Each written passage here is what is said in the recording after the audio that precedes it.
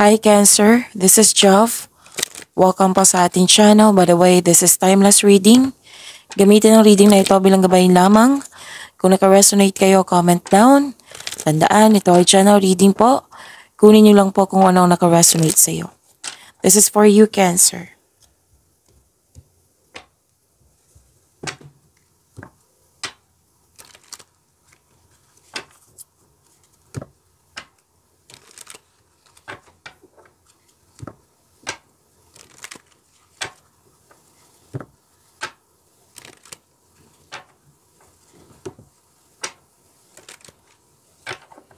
This is for you, Cancer.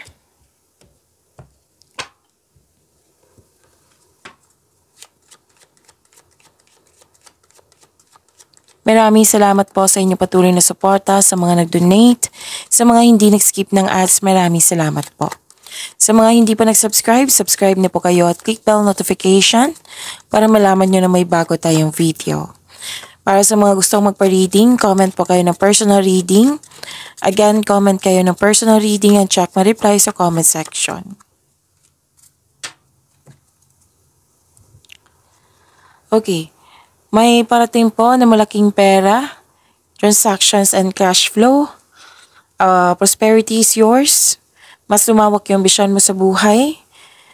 Nagkaroon kayo ng time para sa inyong sarili. At may exciting na ganap. May nag-uusap dito na magkakapatid. Maaari din na may bago kayong gamit or bagong kaibigan. Maaaring may travel na magaganap. Travel, new journey, adventure, or bakasyon.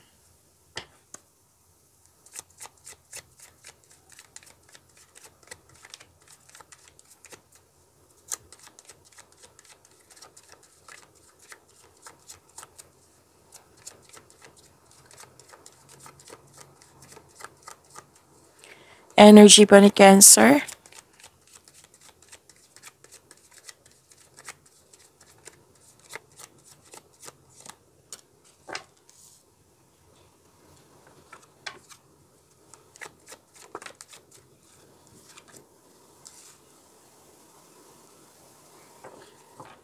Kung may napansin kayo na repeating message, yan po yung pinupush ng cards nyo. Like for example, nanood kayo sa inyong monthly gabay tarot reading, weekly gabay tarot reading, first half of the month of September, at dito din. At may napansin kayo na repeating message. Yan po yung pinupush ng cards nyo na kailangan nyo bigyan ng atensyon, solusyon at aksyon kung maaari po. So yan, ano yung energy ni Cancer. By the way, Cancer, kung may napansin kayo na sa boses ko, paos po. Oo, kasi may ubo ako, so pasensya na po. At focus kayo sa mensahe para may makuha kayong gabay, okay?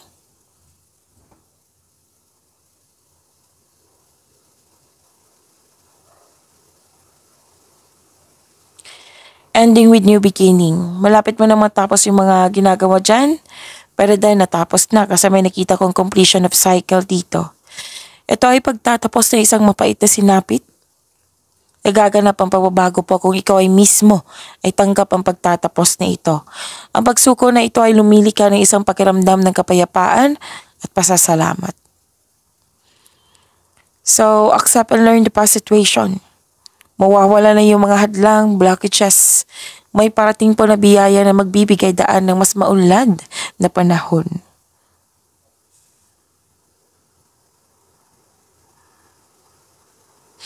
Pwede din na bigyan na ng solusyon or sagot yung paulit-ulit na lang na concern. May nakita kong ganyan, no?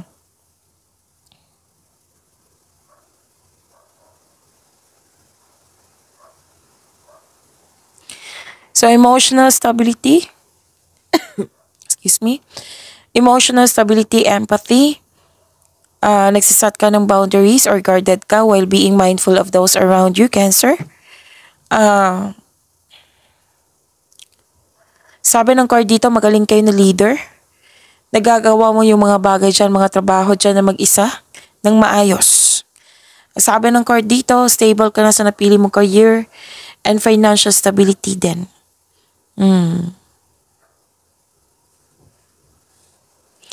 At ang sabi dito, kasi may concern dito sa connection mo sa isang tao.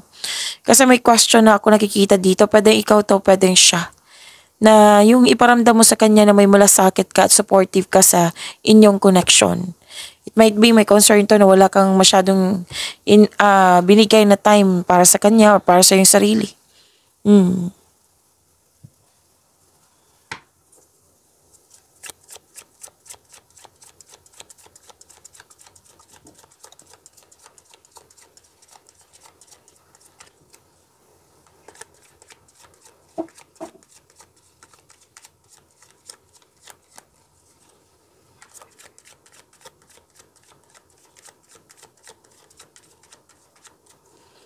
Career and money ni Cancer.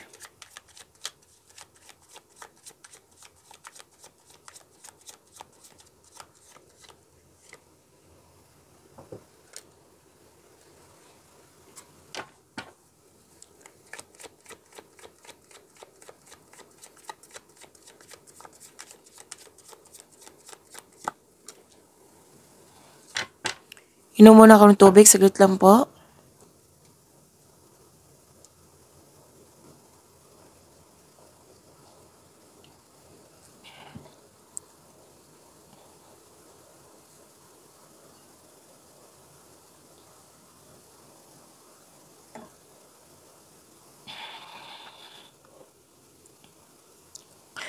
Sa career and money niyo po, Cancer.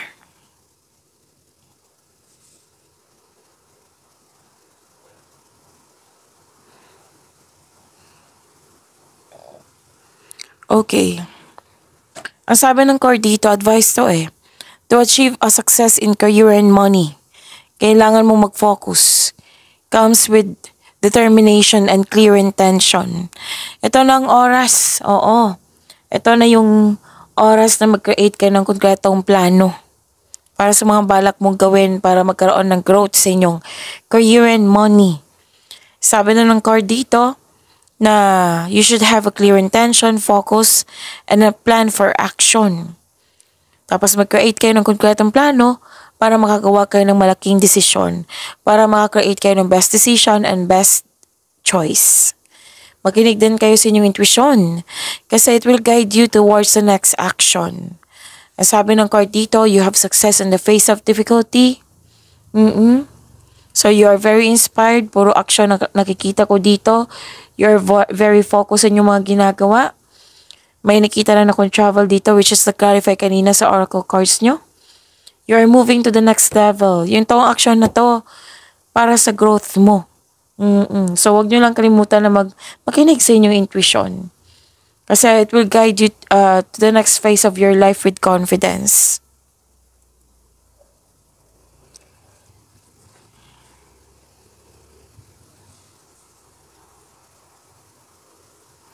Okay, so this is wealth and generosity.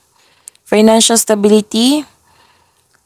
At wow, taas ng tagumpay ito ha sa kaperahan at katatagan ay nasa iyong kamay na. May parating na kasosyo or may magbigay ng puhunan sa iyo upang tulungan ka sa pagkamit ng iyong layunin. Pwede din moral support. Okay? Pwede din ideas, tinuruan ka. So, ang ganda nito, claim niyo po. Financial stability, kitang-kita ko po dito.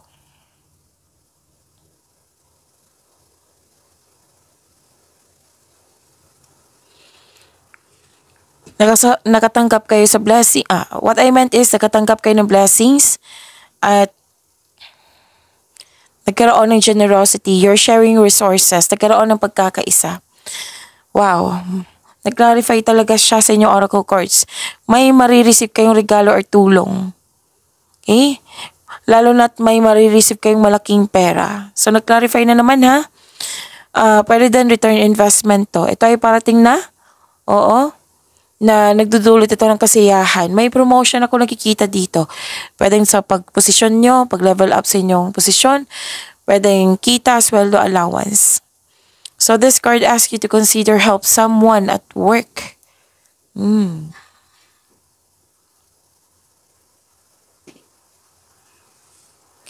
Nakita ko rin dito na gumagawa ka ng lohikal na aksyon sa iyong mga layunin.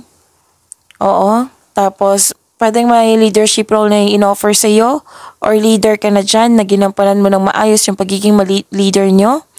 Another card na naman na promotion po yung sinabi dito. Nag-clarify na naman. Cancer. At yun nga, nag-clarify talaga siya na dalawang card na mismo nagsabi dito na may in-offer sa'yo na leadership role. At nakilala ka ng mga tao. At nakilala ka at ginagalang ka ng mga tao sa inyong mga kontribusyon.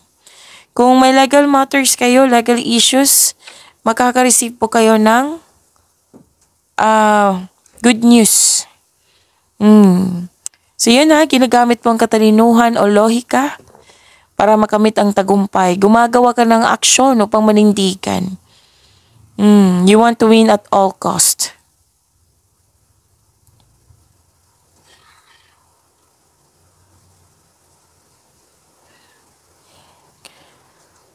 May reminder card nyo dito. Umiwas kayo sa toxicity.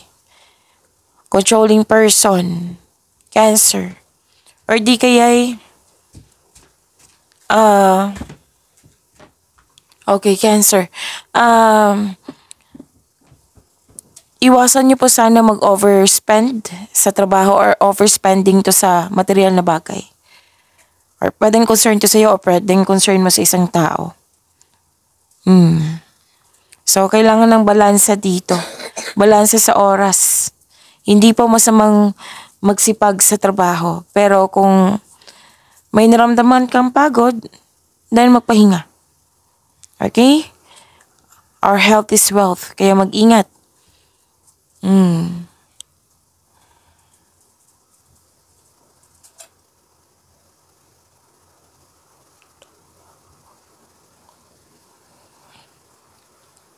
Nagkaroon ng bagong insights and clarity kung paano pa i-improve ang iyong kaperahan or project.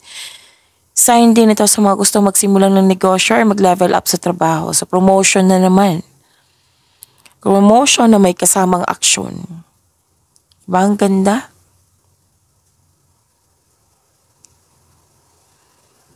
Nakikita ko rin dito na may parating na opportunity. Your finances are improving also.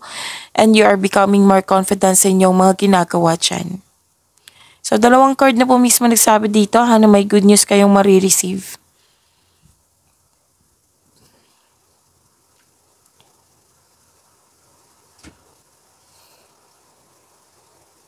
Okay, naghahanap ka kasi ng sagot sa inyong mga katanungan dito, solusyon sa inyong problema. Ang sabi ng card dito, nasa iyo na yung sagot, nasa iyo na yung solusyon. Kailangan mo lang magtiwala sa inyong sarili. Huwag kang umasa sa opinyon ng iba. Kumbaga, huwag kayong mapektuhan sa mga opinyon ng iba kasi, 'di ba? May freedom tayo, 'di ba? Huwag kayong magpaapekto sa opinyon. Kumbaga, trust yourself. Trust your own counsel first. Oo, kasi nakikita ko dito na may sekreto kang nalaman na pwedeng nagtampo ka or na-disappoint ka. So, hindi ibig sabihin na may nalaman ka, nahihinto ka. So, you have to move forward.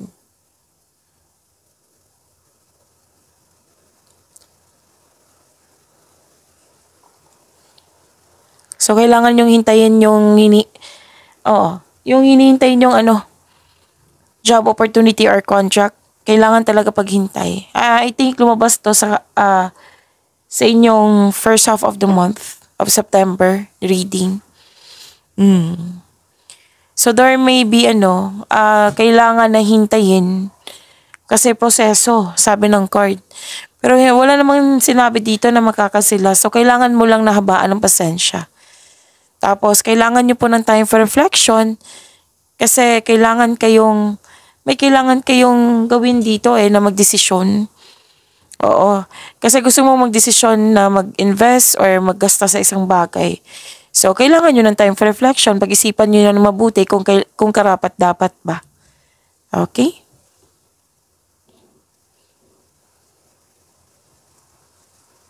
Malakas ang iyong intuition.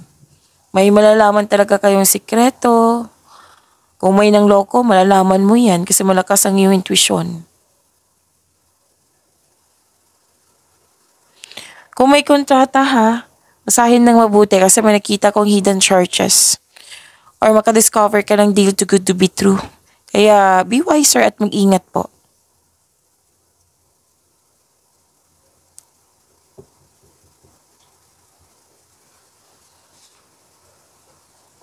So marami kang naiisip na bagong ideas para sa ikakabuti ng iyong trabaho, negosyo at kaperahan. Pasensya na po ha kung nagpahinto-hinto ako kasi ang hirap magsalita. Oo.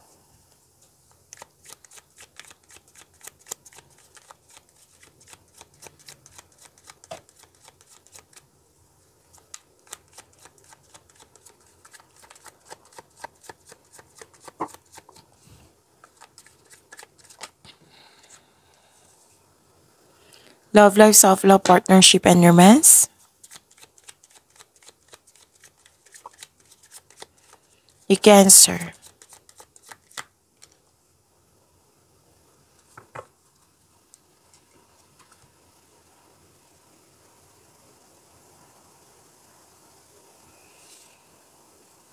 Nakikita ko dito sa inyong love life, self-love, partnership, and romance.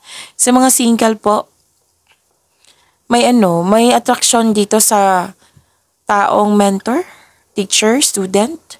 Yung marami kang natutunan sa kanya. Or may attraction or magaan ng loob mo. Pwede din sa isang estudyante or tinuturuan mo. Sa mga relasyon sa buhay mag-asawa, may nakita kasi ako dito ang activity. Pwedeng may magaganap na mamamanihikan or kasal. Pwedeng kayo to or kayo ang attend.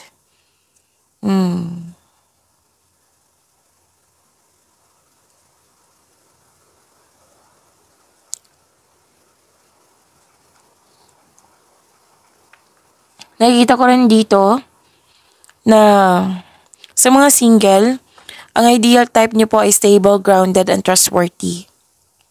Sa mga may relasyon sa buhay mag-asawa, sabay-sabay kayo nagtayo ng trust and stability. Ayaw nyo ng away. Oo. So this card tells you na you need to take things slow if you want the relationship to last.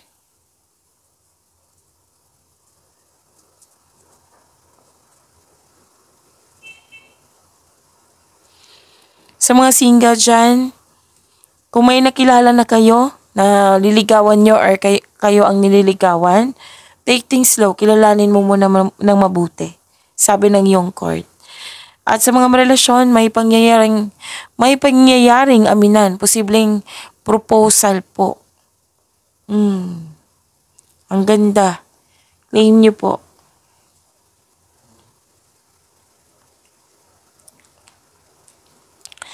At may nakita kong happiness dito. Oo, fulfillment. Para sa mga single, sobrang saya mo kasi gusto ka rin niya. Oo, gusto ka rin ng taong gusto mo. Plus points na yung may love at respect sa iyo.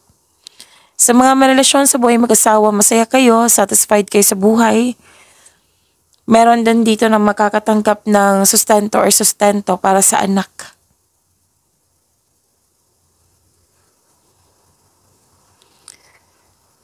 Okay. May gusto magtayo ng pamilya talaga. May proposal, di ba? May kasal, pamamanikan. May gusto magtayo ng sariling pamilya. Oh, so wedding bells is coming. Para sa mga single, hard worker kayo. Okay. Gusto mo mag-focus sa inyong career. Naging hard worker kayo kasi gusto mo ma-secure yung future mo. Ang sabi ng card, wag nyo daw i-pressure yung sarili nyo. Kasi marami kayong ginagawa talaga. Wag masyadong i-pressure ang sarili. Pero then may concern kasi isang tao na umaasa sa'yo. So baka kailangan nyo mag-usap. Cancer.